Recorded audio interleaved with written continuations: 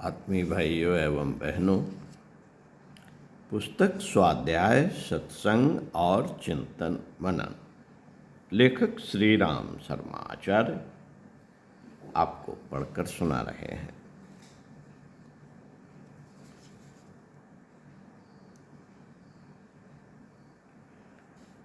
पृष्ठ 17 से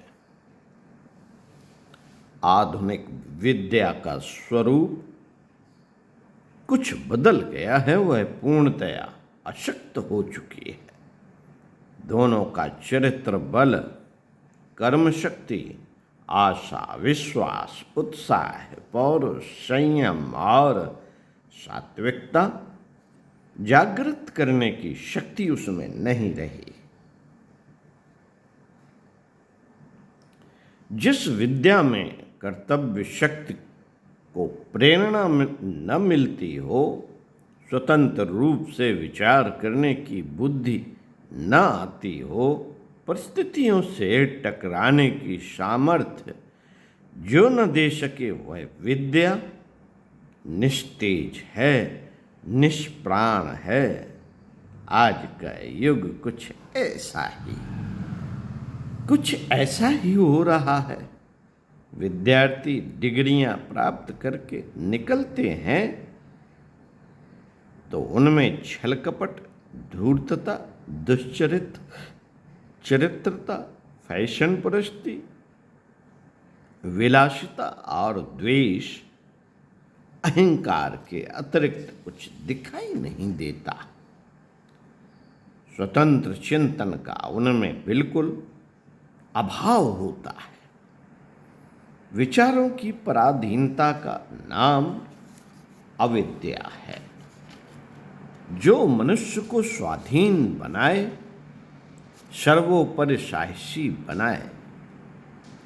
विद्या कहलाने का गौरव उसे ही मिल सकता है।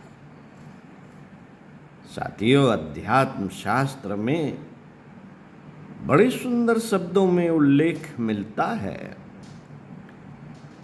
देहो मति या बुद्धिर विद्याशा प्रकीर्तिता, नाहम देहश्चिदात्मेति बुद्धिर विद्यति मन्यते। अर्थात मैं देह हूँ, इस बुद्धि का नाम अविद्या है। मैं देह नहीं, चेतनात्मा हूँ। इसका ज्ञान प्राप्त करना ही सच्ची विद्या है। देह, उसकी विशेषताएं और उसके सुखों के प्रति जब मनुष्य की चेतना एकमुखी हो जाती है तो उसकी प्रतिभा का विकास रुक जाता है। विकास का अर्थ यह लौकिक संपदाओं की विपुलता प्राप्त कर लेना नहीं है, वह विशुद्ध रूप से आध्यात्मिक जागृति का लक्षण है। मनुष्य का स्वत्व है उसकी आत्मा और उसकी विशेषताएं, सद्गुण, सद्प्रवृत्ति और सदाचार। आत्मा की इन विशेषताओं को उपलब्ध करना ही इस जन्म का उद्देश्य है, और जो इस दिशा में हमारी चेतना को अग्रसर करे वही सच्ची विद्या है। यह ज्ञान वैदिक साहित्य में कूट कर भरा है, किंतु बाह्य शक्तियों के संघात के कारण परिस्थितियां ऐसी बन गई हैं कि यह वांग्मय आधुनिक शिक्षा के मलबे में दब कर रह गया है। इससे जीवन का आध्यात्मिक क्षेत्र बिल्कुल उपेक्षित बनकर रह रहा है। सर्वत्र दुख, क्लेश और अशांति के लिए इस युग का भौतिकतावादी दृष्टिकोण ही अधिक दोषी है। एक कठिनाई यह है कि इस ज्ञान को व्यवहारिक रूप से प्रस्तुत करने के प्रयत्न भी बिल्कुल निर्बल और कमजोर हो गए हैं। जहाँ तहाँ कुछ ऐसी प्रवृत्तियाँ चलती भी हैं, किंतु व्यक्तित्व के अभाव के कारण वह प्रभाव उत्पन्न नहीं हो पाता जो जनजीवन की दिशा बदल सके। भारतीय संस्कृति का पतन भी व्यक्तित्व के अभाव में ही हुआ है। देवालयों, शिक्षालयों, विहार भ्रमण, विहार श्रावण और संघों से लोगों की आस्था उठ जाने का कारण यही था कि उनमें व्यक्तित्व न रहा। देव मंदिर जड़ थे, भला वे सांस्कृतिक शक्तियों के संघर्ष का जवाब कैसे दे सकते थे? इससे धर्म के प्रति लोगों की आस्था उठ गई और सर्वत्र अविद्या का ही अंधकार छाकर रह गया। यह विद्या जो मनुष्य को सही दिशा, सही मार्ग और सच्चा प्रकाश दिखाती है, उसे अध्यात्म कहते हैं। वह विद्या जो मनुष्य को सही दिशा, सही मार्ग और सच्चा प्रकाश दिखाती है, उसे अध्यात्म कहते हैं। इस अध्यात्म को जागृत करने का काम अपने आप से शुरू करना होगा। इसके लिए विद्वता प्राप्त करना हमारी पहली आवश्यकता है। दुनियावी शिक्षा के रंग ढंग तो बहुत देख चुके, इनसे कोई समस्या हल न हो सकी। निष्कर्ष निकलता भी कैसे? आत्मज्ञान के बिना परिस्थितियां बदल भी तो नहीं सकती। विवेक जागने वाली विद्या न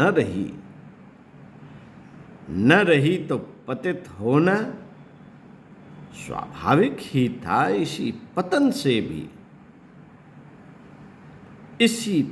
से भी उगता उठा है। प्रत्येक सांस के साथ जो गंदगी भीतर जा रही है, उसके कारण अब जनजीवन बुरी तरह बेचैन है, छटपटा रहा है। इस घुटन को दूर करने का एक ही उपाय है और वह है अध्यात्म विद्या की प्रवीणता। साधना से और व्यवहार से जब तक जीवन की दिशा सात्विक नहीं होती, गुण, कर्म और स्वभाव में सद तत्वों का समावेश नहीं होता, जड़ता तब तक दूर हो नहीं सकती। आत्मविद्या के देवालय में प्रवेश प्राप्त किए बिना न तो शांति मिल सकती है, न संतोष। विद्या सुखी जीवन की प्रमुख आवश्यकता है। इसे यूं ही ठुकराया नहीं जा सकता। मित्रों, जिस विद्वता से मनुष्य स्वयं ही अपना योग्य साथी बनता है, उसे प्राप्त करने के लिए अधिक अनुभव, सहनशीलता और अध्ययन की आवश्यकता है। अनुभव का उपयोग जीवन को शुद्ध बनाने के लिए है। कदम कदम पर जो कठिनाइयाँ मनुष्य का रास्ता रोकती हैं, उनसे बचते रहने का ज्ञान प्राप्त करना ही अनुभवी होना है। अनुभव विवेक का बड़ा भाई है। सत्य असत्य की शिक्षा उसी से मिलती है। इसलिए प्रत्येक गतिविधि को एक पाठ समझकर उसकी विलक्षणताओं का अध्ययन सूक्ष्मता से करते रहना चाहिए। असंगत वस्तुओं का ज्ञान इसी तरह होगा। मित्रों, विद्या आत्मा की प्यास है। इसकी पूर्णाहुत आत्मज्ञान से ही होती है। अतः यह कहा जा सकता है कि अपने जीवन लक्ष्य की पूर्ति के लिए विद्या की प्रमुख आवश्यकता है। कठोर प्रयत्नों से भी इसे प्राप्त किया जाना चाहिए। जो इसकी ओर ध्यान नहीं देता और अपने समय को व्यर्थ ही नष्ट किया करता है, वह सदा मनुष्य जन्म के फल से वंचित रहता है। विद्या मनुष्य की मलिनताओं को मिटाकर उसे उज्जवल बनाती है। आग में तपाए हुए सोने की शुद्धता में कोई संदेह नहीं रहता। आत्मज्ञान का लक्षण विद्वता है। वह मनुष्य की सर्वोत्तम विभूति है। उसे प्राप्त करने का हर संभव प्रयास करना चाहिए। विद्या से विनम्रता आती है। विद्या से विनम्रता आती है। विनम्रता से योग्यता बढ़ती है और योग्यता से धन और धन से सुख मिलता है। यह आप्त पुरुषों का कथन है। हमें भी इस सुख से वंचित न रहना चाहिए। ओम शांति। साथियों, स्वाध्याय तप है। स्वाध्याय अच्छी बातें पढ़ना, सुनना, यह एक तप है। आइए इस संबंध में आपको सुनाते हैं, सुनते हैं। गंगा तट पर महर्षि, गंगा तट पर स्थित महर्षि रौम्य के आश्रम में कई ब्रह्मचारी विद्या अध्ययन करते थे। नीति, धर्म और सदाचार का अभ्यास करने के साथ साथ शास्त्र विद्या में भी पारंगत होकर वे समाज में जाते तथा सुयोग्य नागरिक की भूमिका निभाते थे। वहीं पास में एक और तापस रहते थे जो दिन रात कठोर साधनों में लगे रहते। उन तापस का एक पुत्र था, यवकृत। वह भी अपने पिता के समान ही जप तप में लगा रहता, परंतु यवकृत की यह भी आकांक्षा थी कि वह वेद वेदांतों का ज्ञाता, शास्त्रों में निष्णात और पंडित बने। इस आकांक्षा की पूर्ति के लिए यवकृत ने अपने तापस पिता से पूछा। पिता ने कहा, वत्स, विद्या प्राप्ति का तो एक ही उपाय है, स्वाध्याय किया जाए। परंतु तात, उससे तो दीर्घ काल में सिद्धि होती है। यवकृत ने कहा, यह साधक की अपनी लगन, योग्यता और ग्रहणशीलता पर निर्भर है। तापस ने कहा, फिर भी इनके अतिरिक्त कोई उपाय नहीं। यवकृत चुप हो गया, परंतु उसके मन में यह बात ठीक से समझ नहीं आई कि एकमात्र अध्ययन ही ज्ञान प्राप्ति का साधन है। हो भी तो उसे यह बहुत लंबा और श्रम साध्य लगा।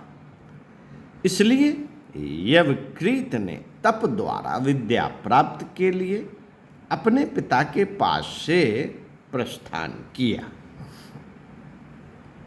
फिर एकांत स्थान में जाकर यवकृत तप करने लगा। पंचाग्नि तप करते हुए यवकृत अपने शरीर को निरंतर संतप्त करने लगे। यवकृत को कठोर तप करते देख देवराज इंद्र उनके पास आए और उनसे तप का कारण पूछा। यवकृत ने बताया, गुरु के मुख से वेदों की शिक्षा ठीक तरह से प्राप्त नहीं की जा सकती। इसके लिए मैं तप के प्रभाव से ही संपूर्ण वेद शास्त्रों का ज्ञान प्राप्त करना चाहता हूं। उपयुक्त गुरु न मिले, यह बात तो समझ में आती है, परंतु गुरु के बिना ही कोई ज्ञान प्राप्त कर लिया जाए, यह तो नितांत असंभव है। अब आपने सर्वथा उल्टा मार्ग पकड़ा है विप्रवर। गुरु के पास जाकर अध्ययन कीजिए। इंद्र तो चले गए, किंतु यवकृत ने अपनी तपस्या नहीं छोड़ी। कुछ वर्षों बाद इंद्र फिर आए और पुनः समझाने लगे, ब्राह्मण श्रेष्ठ, आपका यह उद्योग बुद्धिमत्ता युक्त नहीं है। किसी को गुरुमुख से पढ़े बिना विद्या प्राप्त भी हो तो वह सफल नहीं होती। आप अपने दुराग्रह को छोड़ दीजिए। इतना कहकर इंद्र चले गए, परंतु यवकृत ने अपना हठ नहीं छोड़ा। उन्होंने कठिन तप आरंभ कर दिया। यवकृत का संकल्प था कि वह तपस्या से ही विद्या प्राप्त करके रहेगा।